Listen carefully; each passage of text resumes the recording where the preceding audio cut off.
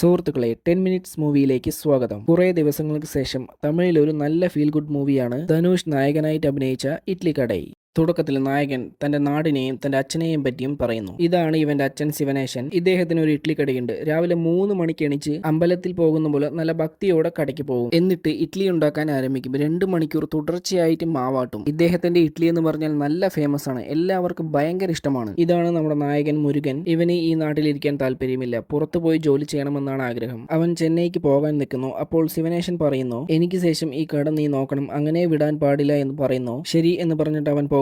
അങ്ങനെ കുറെ വർഷങ്ങൾ കഴിഞ്ഞു കാണിക്കുന്നു. മുരുകൻ ബാങ്കോക്കിൽ ഒരു വലിയ കമ്പനിയിൽ ജോലി ചെയ്യുകയാണ്. മാത്രമല്ല ആ കമ്പനിയുടെ മുതലാളിയുടെ മകളെയാണ് ഇവൻ സ്നേഹിച്ച് കല്യാണം കഴിക്കാൻ പോകുന്നത്. പക്ഷെ അവളുടെ ഒരു ചേട്ടനുണ്ട്, അശ്വിൻ. അവൻക്ക് നമ്മുടെ മുരുകനെ അത്രയ്ക്ക് ഇഷ്ടമല്ല, സ്റ്റാറ്റസ് കുറവാണ്, അങ്ങനെ ഇങ്ങനെയൊക്കെ പറയുന്നുണ്ട്. അപ്പോൾ സത്യരാജ് പറയുന്നു, അവൻ കാരണമാണ് നമ്മൾക്ക് 50% പ്രോഫിറ്റ് കൂടിയത്, അതുകൊണ്ട് ഇതൊക്കെ ഒരു ഇൻവെസ്റ്റ്മെന്റ് ആണെന്ന് പറയുന്നു. പക്ഷെ അശ്വിൻ ആണെങ്കിൽ ഒരു ഉത്തരവാദിത്വമില്ലാതെ നടക്കുന്ന ഒരു ചെക്കനാണ്. ശേഷം ഇതാണ് മീര, മുരുകൻ കെട്ടാൻ പോകുന്ന പെണ്ണ്. മുരുകൻ അച്ഛനെ കല്യാണത്തിനായിട്ട് ഇങ്ങോട്ട് വരാൻ പറഞ്ഞപ്പോൾ ആള് സമ്മതിക്കുന്നില്ല. കാരണം മൂപ്പര് സ്വന്തം നാട് വിട്ട് പുറത്തു പോകാൻ ആഗ്രഹിക്കാത്ത ഒരാളാണ്. ശേഷം ഇവരുടെ ഫാമിലിയിൽ ഒരു പാർട്ടി നടക്കുന്നു. അതിൽ മുരുകന് മാത്രം എന്തോ ഒരു ഒറ്റപ്പെട്ട ഫീൽ ആയിരുന്നു. അവന് ഇടയ്ക്ക് നാട്ടിലത്തെ ചിന്ത വന്നു പോകുന്നുണ്ടായിരുന്നു. അപ്പോഴാണ് പെട്ടെന്ന് അവന്റെ അമ്മ വിളിച്ച് പറയുന്നത് അച്ഛൻ മരിച്ചുപോയി എന്ന്. ഇവനത് വിശ്വസിക്കാൻ കഴിയുന്നില്ല. അവൻ നാട്ടിലേക്ക് പോവാൻ തയ്യാറാവുന്നു. അപ്പോൾ സത്യരാജ് പറയുന്നുണ്ട്, ഒന്നും വിചാരിക്കേണ്ട, ഒരുപാട് VIPസിനെ വിളിച്ചതുകൊണ്ട് കല്യാണം നമുക്ക് നിർത്താൻ പറ്റില്ല എന്ന് പറയുന്നു. അവനും ശരി, പോയിട്ട് ചടങ്ങുകളൊക്കെ ചെയ്തിട്ട് വരാമെന്ന് പറയുന്നു. മീര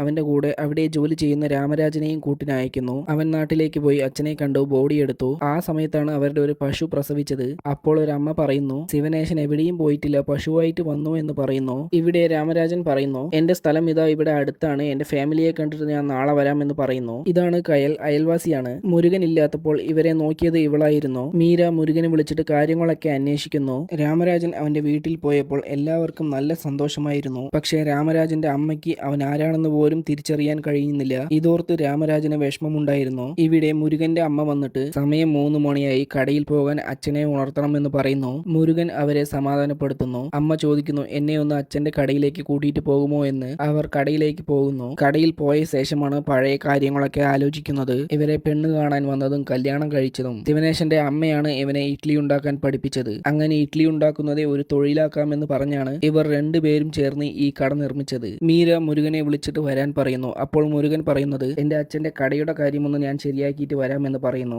മീര രാമരാജനെ വിളിച്ച് പ്രഷർ ചെയ്യുന്നു. നിന്നെ എന്തിനാ അവന്റെ കൂടെ പറഞ്ഞയച്ചത്, അവനെ കൺവിൻസ് ചെയ്ത് കൂട്ടിയിട്ട് വാ എന്നാണ് പറയുന്നത്. ഓപ്പോസിറ്റ് കടക്കാരനായ മാരിയുമായിട്ട് ഡീൽ ചെയ്യുന്നു. ആ കട 7 ലക്ഷം രൂപയ്ക്ക് വിൽക്കുന്ന പോലെ. പക്ഷെ ഇതൊക്കെ മീരയുടെ പ്ലാൻ ആയിരുന്നു. ഇവനും കൊടുക്കാമെന്ന് സമ്മതിക്കുന്നു. പിറ്റേ ദിവസം ഇവർ പത്രവുമായിട്ട് റെഡിയായിരിക്കുന്നതാണ് അവന് വേണ്ടി. അവനാണെങ്കിൽ ഒരേ ചിന്ത, എഴുതി കൊടുക്കാമെന്ന് ഇറങ്ങുമ്പോൾ അവന്റെ അമ്മ അവൻ എങ്ങോട്ടും പോകില്ല, അവൻ നമ്മുടെ നാട്ടിൽ തന്നെ വരുമെന്ന് പറഞ്ഞതൊക്കെ അവൻ ആലോചിക്കുന്നു. ശേഷം എഴുതി കൊടുക്കാൻ നേരത്ത് അവൻ പറയുന്നു, എന്റെ അച്ഛൻ ആഗ്രഹിച്ച പോലെ ഞാൻ ഇതുവരെ ജീവിച്ചില്ല, ഇനിയെങ്കിലും എനിക്ക് അതുപോലെ ചെയ്യണമെന്ന് അവൻ പറയുന്നു. ദേഷ്യപ്പെട്ട് മാരി അവന്റെ ഷർട്ടിൽ പിടിക്കുന്നു. പക്ഷെ അവൻ അവിടെ നിന്ന് പോകുന്നു. പിന്നീട് അവൻ ആ പശുവിന്റെ അടുത്തേക്ക് പോകുമ്പോൾ അത് ഓടിപ്പോകുന്നു. മീര മുരുകനെ വിളിച്ച് ചൂടാകുന്നു. എന്തുകൊണ്ട് നീ കട വിറ്റില്ല, എപ്പോഴാ നീ വരുന്നു എന്ന് പറയുന്നു. അവനും പറയുന്നു, ഇപ്പോൾ കല്യാണത്തിനെ കുറിച്ച് ആലോചിക്കാൻ പറ്റില്ല, ഒരു 6-7 മാസം കഴിയട്ടെ എന്ന് പറയുന്നു. അശ്വിനും അവനെ മിരട്ടുന്ന പോലെ സംസാരിക്കുന്നു. സത്യരാജ് വിളിച്ചിട്ട് പറയുന്നു, നീ വരുന്നോ ഇല്ലയോ എന്ന്. അവൻ പറ്റില്ല എന്ന് പറഞ്ഞ് ഫോൺ കട്ട് ചെയ്തു. ഇത് കേട്ടതും കയലിന് നല്ല സന്തോഷമായി. മുരുകൻ രാമരാജനോട് പറയുന്നു, എന്നെ കൂട്ടിയിട്ട് പോകാനല്ലേ നിങ്ങൾ വന്നത്, ഞാൻ വരുന്നില്ല, നിങ്ങൾ പോയിക്കോളൂ എന്ന് പറയുന്നു. അപ്പോൾ രാമരാജനും പറയുന്നത്, എന്റെ അമ്മയ്ക്ക് പോലും എന്നെ തിരിച്ചറിയുന്നില്ല, ഫാമിലിയെ വിട്ട് പിരിഞ്ഞുപോയി ഞാൻ എന്ത് ചെയ്യാനാ പറഞ്ഞിട്ട് അവനും ഇവിടെ തന്നെ ഇരിക്കുന്നു. മുരുകൻ ഇഡ്ലി ഉണ്ടാക്കാൻ തീരുമാനിച്ചു. കടയൊക്കെ ഒന്ന് സെറ്റാക്കി എടുക്കുന്നു. അവന്റെ അച്ഛനെ പോലെ അവൻ 3 മണിക്ക് എണിച്ച് കടയ്ക്ക് പോയി മാവാട്ടാൻ തുടങ്ങുന്നു. പക്ഷേ അവനെ കൊണ്ട് ഒരു 10 മിനിറ്റ് പോലും തികച്ച് ആട്ടാൻ പറ്റില്ലെന്നില്ല. കൂടെ കയ്യിലും ഉണ്ടായിരുന്നു. അവൻ ആലോചിക്കുന്നു, എങ്ങനെയാണ് അച്ഛൻ 2 മണിക്കൂർ കണ്ടിന്യൂസ് ആയിട്ട് ആട്ടിയത് എന്ന്. ശേഷം രാവിലെ ആയതും കഴിക്കാനായിട്ട് ആൾക്കാർ വരുന്നു. എങ്ങനെയുണ്ട് എന്ന് ചോദിച്ചപ്പോൾ ഇദ്ദേഹം പറയുന്നത്, ആ നന്നായിട്ടുണ്ട് എന്ന് പറയുന്നു. പിറ്റേ ദിവസവും ഇഡ്ലി ഉണ്ടാക്കിയിട്ട് അവർ ചോദിക്കുന്നു. അപ്പോഴും അദ്ദേഹം കുഴപ്പമില്ല എന്ന് പറയുന്നു. പക്ഷേ നാട്ടുകാരൊക്കെ പറയുന്നത്, എന്തിനാണ് ഇവന് വേണ്ടാത്ത പണി, വെറുതെ കടയുടെ പേര് നശിപ്പിക്കാനായിട്ട് എന്നൊക്കെ പറയുന്നു. മുരുകന് എന്ത് ചെയ്യണമെന്ന് അറിയാതെ ആലോചിക്കുന്നു. അവൻ അവന്റെ കുലദൈവം അമ്പലത്തിൽ പോയിരിക്കുന്നു. ശേഷം അവൻ ഉറങ്ങുമ്പോൾ സ്വപ്നത്തിൽ കാണുന്നു അവന്റെ അച്ഛൻ വന്ന് എന്താ നിനക്ക് പറ്റിയതെന്നൊക്കെ ചോദിക്കുന്നു. ചോദിക്കുന്നു. അവൻ പറയുന്നു, ഞാൻ എന്ത് ചെയ്യണമെന്ന് അറിയുന്നില്ല, എന്തോ ഒറ്റപ്പെട്ട പോലെയാണ് ഫീൽ ചെയ്യുന്നത് എന്നൊക്കെ പറയുന്നു. ശിവനേശനാണെങ്കിലും ഞാൻ എപ്പോഴും നിന്റെ കൂടെയുണ്ട് എന്നൊക്കെ പറയുന്നു. പെട്ടെന്ന് അവൻ നെട്ടി ഉണരുന്നു. അപ്പോൾ അവന്റെ അടുത്ത് ആ പശുക്കുട്ടി ഉണ്ടായിരുന്നു. അന്ന് അവൻ കടയ്ക്ക് പോകുന്നത് അവന്റെ അച്ഛനെ പോലെ വെള്ള ഷർട്ടും മുണ്ടും ഉടുത്തിയിട്ടാണ്. കയലും രാമരാജനും അവനെ ആശ്ചര്യത്തോടെ നോക്കുന്നു. അവൻ അവന്റെ അച്ഛനെ പോലെ പൂജയൊക്കെ ചെയ്ത് ഇഡ്ഡലി ഉണ്ടാക്കാൻ ആരംഭിക്കുന്നു. അവൻ തന്നെയാണോ എല്ലാം ഒറ്റയ്ക്ക് തന്നെ ചെയ്തത്? ശേഷം ഇദ്ദേഹം കഴിക്കാനായിട്ട് വന്നിരുന്നു. കയലും മുരുകനും അദ്ദേഹം എന്തു പറയുമെന്നാണ് ആലോചിക്കുന്നത്. അദ്ദേഹം കഴിച്ചിട്ട് കണ്ണു നിറന്ന് പറഞ്ഞു, ശിവനേശ എന്ന്. മുരുകനും കയലിനും അത് കേട്ടത് നല്ല സന്തോഷമായിരുന്നു. അപ്പോൾ പുറത്ത് അശ്വിൻ വന്നിട്ടുണ്ടായിരുന്നു. അശ്വിൻ വന്ന് ഇവനെ നല്ല അടിക്കുകയായിരുന്നു. അവൻ ഇവന്റെ കടയുടെ ബോർഡൊക്കെ തകർത്തപ്പോൾ ഇവനും ദേഷ്യം വന്ന് അവനെ നല്ല പോലെ അടിച്ചു, കയ്യും കാലും തല്ലി ഒടിച്ചു. അപ്പോൾ രാമരാജൻ വന്ന് ഇവനെ തടയുന്നു. ശേഷൻ മുരുകൻ ആലോചിക്കുന്നു, ചെറുപ്പത്തിൽ വലിയൊരു പ്രശ്നം നടക്കാനിരിക്കുമ്പോൾ അവന്റെ അച്ഛനാണ് മുന്നിൽ നിന്ന് ചണ്ടയാവുന്നത് കൊണ്ട് ഒന്നും കിട്ടാൻ പോകുന്നില്ല എന്ന് പറഞ്ഞ് അഹിംസയിലൂടെ പ്രശ്നം സോൾവ് ആക്കിയത്. രാമരാജനോട് അവൻ പറയുന്നുണ്ട്, ഞാൻ അങ്ങനെ ചെയ്യാൻ പാടില്ലായിരുന്നു, എന്റെ അച്ഛൻ എന്നെ അങ്ങനെയല്ല വളർത്തിയത് എന്ന്. പക്ഷെ ഈ നാട്ടുകാരും എന്നെ തല്ലുമ്പോൾ ആരും ചോദിക്കാൻ വന്നില്ലല്ലോ, അവരോട് ഞാൻ എന്ത് തെറ്റ് ചെയ്തിട്ടാ എല്ലാവരും എന്നെ ഇങ്ങനെ വെറുക്കുന്നത് എന്ന് പറയുന്നുണ്ട്. അപ്പോൾ രാമരാജൻ പറയുന്നത്, നീ ആ ഇഡ്ലിക്കടയെടുത്തും നന്നായി നടത്തിയാൽ മതി, എല്ലാം ശരിയാവുമെന്ന് പറയുന്നു. ഇവിടെ സത്യരാജും മേരിയും അശ്വിനെ കാണാൻ വന്നിരുന്നു. എന്നിട്ട് സത്യരാജ് മുരുകനോട് നല്ല ദേഷ്യപ്പെടുന്നു. അവനെപ്പറ്റി നിനക്കറിയാലോ, നീ എവിടെയെങ്കിലും ഓടിപ്പോ എന്ന് പറയുന്നു. ശേഷം ഇവൻ ഇഡ്ലിക്കടയിൽ നന്നായി നടത്തിക്കൊണ്ട് പോകുന്നു. മാരിയുടെ കടയിൽ പതുക്കെ തിരക്ക് കുറയുന്നു. മുരുകന്റെ കടയിൽ അങ്ങനെ തിരക്ക് കൂടി വരുന്നു. നാട്ടുകാരെല്ലാവരോടും ഇവൻ നന്നായിട്ട് പരിചയപ്പെട്ട് ഫ്രണ്ട്സ് ആവുന്നു. ഇവിടെ മാരിക്ക് ഇവന്റെ മേലെ നല്ല ദേഷ്യമായിരുന്നു, നല്ല കൊല്ലാനുള്ള ദേഷ്യം. അതേസമയം അശ്വിനും അവന്റെ മേലെ നല്ല ദേഷ്യമുണ്ടായിരുന്നു. ഒരു ദിവസം ഇവൻ രാത്രി നടന്നു വന്നുകൊണ്ടിരിക്കുമ്പോൾ പെട്ടെന്ന് 4-5 ആൾക്കാർ ഇവനെ ചുറ്റുന്നു. അവൻ അപ്പോൾ തന്നെ രാമരാജനെ വിളിച്ച് പറയുന്നു, അശ്വിൻ ഇവനെ തല്ലുന്നു. തിരിച്ചു തല്ലാൻ പോകുമ്പോൾ ഇവൻ അച്ഛൻ പറഞ്ഞ കാര്യം ആലോചിക്കുന്നു. അടിയാവുന്നത് കൊണ്ട് ഒരു പ്രശ്നവും സോൾവ് ആകില്ല എന്ന കാര്യം. അശ്വിൻ ഇവനെ നല്ലപോലെ അടിക്കുന്നു. പെട്ടെന്ന് നാട്ടുകാരെല്ലാവരും വരുന്നത് കണ്ടതും അവനെ വണ്ടിയിലിട്ട് കൊണ്ടുപോകുന്നു. നാട്ടുകാരവിടെ വന്ന് നോക്കുമ്പോൾ അവനെ കണ്ടില്ല. സത്യരാജ് മീരിയെ അമ്പലത്തിലേക്ക് പോകാനായിട്ട് പറഞ്ഞു വിടുന്നു. എന്നിട്ട് സത്യരാജ് അശ്വിനോട് വന്ന് പറയുന്നു, അവൻ നിന്നെ തല്ലിയതിന് നീ അവനെ തിരിച്ച് തല്ലിയില്ലേ, ഇതോടെ നിർത്തിക്കോളാൻ പറയുന്നു. പക്ഷെ അശ്വിനാണെങ്കിൽ കേൾക്കുന്നില്ല. എനിക്ക് കൊല്ലാനുള്ള ദേഷ്യമുണ്ട് എന്ന് പറഞ്ഞ് ഗണ്ണെടുക്കുന്നു. തടയാൻ ശ്രമിക്കുമ്പോൾ പെട്ടെന്ന് അവനെ ഷൂട്ട് ചെയ്യുന്നു.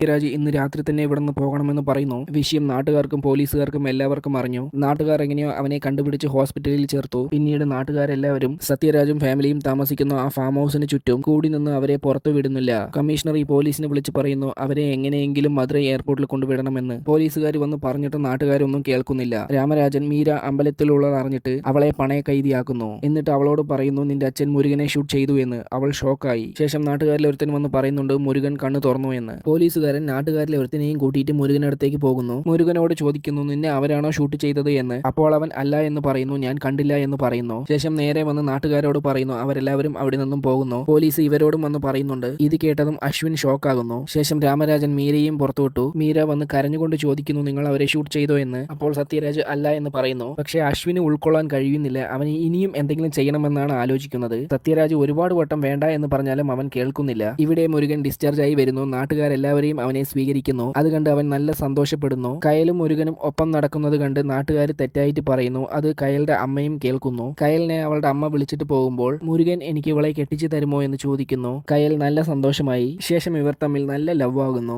അതിനുശേഷം മീര അവനെ കാണാൻ വരുന്നു. അവനോട് പറയുന്നു, നീ എന്തിനാണ് കല്യാണം നിർത്തിയത്, അതുകൊണ്ടല്ലേ ഇത്രയും പ്രശ്നം എന്നൊക്കെ പറയുന്നു. അതിന് മുരുകൻ പറയുന്നത്, ഇപ്പോ എന്റെ അച്ഛന് പകരം നിന്റെ അച്ഛനാണ് മരിച്ചതെങ്കിൽ ഈ സ്റ്റാറ്റസ് കാര്യങ്ങളൊക്കെ നോക്കി നീ കല്യാണം നിർത്താതെ ഇരിക്കുവോ എന്ന് ചോദിക്കുന്നു. അപ്പോൾ അവൾക്ക് മറുപടി ഒന്നും ഉണ്ടായിരുന്നില്ല. ഇവിടെ അശ്വിന് ഭ്രാന്ത് പിടിച്ച പോലെയാകുന്നു. സത്യരാജ് അത് കണ്ട് പേടിച്ച്, നിന്നെ എനിക്ക് ഇങ്ങനെ നോക്കാൻ വയ്യ, നിനക്ക് വേണ്ടി ഞാൻ എന്തും ചെയ്തു തരാം എന്ന് പറഞ്ഞ് ആ പോലീസുകാരനെ വിളിപ്പിച്ച് ആ കടയ്ക്ക് ഡോക്യുമെന്റ്സ് കാര്യങ്ങളൊക്കെ ഉണ്ടോ എന്ന് ചോദിക്കുന്നു. അങ്ങനെ ഇല്ലെങ്കിൽ അത് അവിടെ നിന്നും തൂക്കാനായിട്ട് പറയുന്നു. അതിനായിട്ട് പോലീസുകാരന് പണവും കൊടുത്തയച്ചു. ഇവിടെ പൊറോട്ടക്കട മാരി കയലിനെ പെണ്ണ് ചോദിക്കാനായിട്ട് അവരുടെ വീട്ടിലേക്ക് വന്നു. പക്ഷെ അവളും അമ്മയും മുരുകന്റെ പേരും പറഞ്ഞ് അവനെ അപമാനിച്ച് പുറത്തയച്ചു. ഇവിടെ പോലീസുകാരൻ വന്ന് അശ്വിനോട് പറയുന്നു, ആ കടയ്ക്ക് ഡോക്യുമെന്റ്സ് കാര്യങ്ങളെല്ലാം പക്കാവായിട്ടുണ്ട്, നമുക്കൊന്നും ചെയ്യാൻ പറ്റില്ല എന്ന് പറയുന്നു. ആ കോൺസ്റ്റബിൾ ശരിക്കും ആ കടയ്ക്ക് ഡോക്യുമെന്റ്സ് ഒക്കെ ഉണ്ടോ എന്ന് ചോദിച്ചപ്പോൾ അവനും ആ കടയിലായിരുന്നു ചെറുപ്പത്തിൽ ഇഡ്ഡലിയൊക്കെ കഴിച്ചിട്ട് പോയത്. പഠിക്കുന്ന കുട്ടികൾക്ക് ശിവനേശൻ പൈസ വാങ്ങില്ലായിരുന്നു. അതുകൊണ്ട് എന്തൊക്കെ വന്നാലും എന്റെ നാടിനെ എനിക്ക് വിട്ടുകൊടുക്കാൻ പറ്റില്ല എന്നും പോലീസുകാരൻ പറയുന്നു. ഇവിടെ മാരി നല്ല ദേഷ്യത്തിലിരിക്കുകയാണ്. മുരുകനെ എങ്ങനെയെങ്കിലും കൊല്ലണം എന്ന് പറഞ്ഞിട്ട് അരിവാളും എടുത്തിട്ട് വരുന്നു. വെട്ടാനായിട്ട് വരുമ്പോൾ അവിടെ ആരും ഉണ്ടായിരുന്നില്ല. ആ പശുക്കുട്ടി അവനെ തടയുന്നു. ആ പശുവിനെ അവൻ വെട്ടാൻ പോയപ്പോൾ മുരുകൻ ആ സമയത്ത് നോക്കി അവനെ വന്ന് അടിക്കുന്നു. അങ്ങനെ അവർ രണ്ടുപേരും തമ്മിൽ നല്ല അടിയാവുന്നു. പോകുന്നു. ഇവിടെ അശ്വിൻ ഇനി നമുക്ക് ഇവിടെ നിൽക്കണ്ട പോകാമെന്ന് പറയുന്നു. ഇത് കേട്ടതും സത്യരാജിന് നല്ല സന്തോഷമായിരുന്നു. വേഗം ടിക്കറ്റ് ഇടാൻ പറയുന്നു. ഇവിടെ നാട്ടുകാരെല്ലാവരും തടയാൻ വരുന്നു. മാരിയുടെ ആൾക്കാരും ഉണ്ടായിരുന്നു. എല്ലാരും കൂടെ നല്ല അടിയാവുന്നു. അപ്പോഴാണ് അശ്വിൻ കടയ്ക്ക് മുന്നിൽ വന്ന് തീ കത്തിക്കാനായിട്ട് പോകുന്നത്. രാമരാജൻ അവിടെ വന്ന് തടയാൻ ശ്രമിക്കുന്നുണ്ട്. പക്ഷെ കഴിയുന്നില്ല.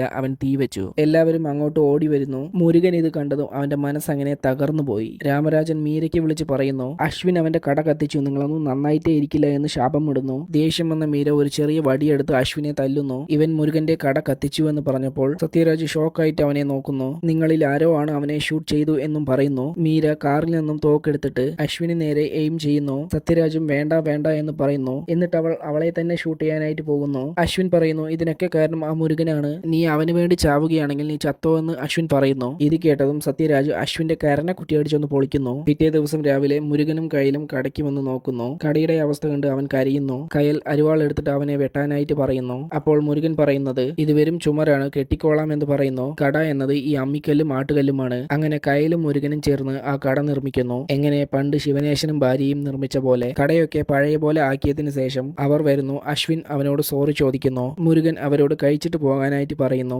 അവരും അവന്റെ ഇഡ്ഡലി കഴിച്ചു. അവസാനം മീര പറയുന്നു, ഇത്രയും ചെയ്തതിന് അശ്വിന് എന്തെങ്കിലും ഒരു പണിഷ്മെന്റ് കൊടുക്കണം എന്ന് പറയുന്നു. സത്യരാജും അതന്നെയാണ് പറയുന്നത്. അങ്ങനെ അശ്വിനെ അവിടെ മാവാട്ടാനായിട്ട് വിടുന്നു. ഇതോടെ ഈ സിനിമ അവസാനിക്കുന്നു. ഇതുപോലുള്ള മൂവികൾ വെറും 10 മിനിറ്റ് കൊണ്ട് കാണാൻ നമ്മുടെ ചാനൽ സബ്സ്ക്രൈബ് ചെയ്യുക.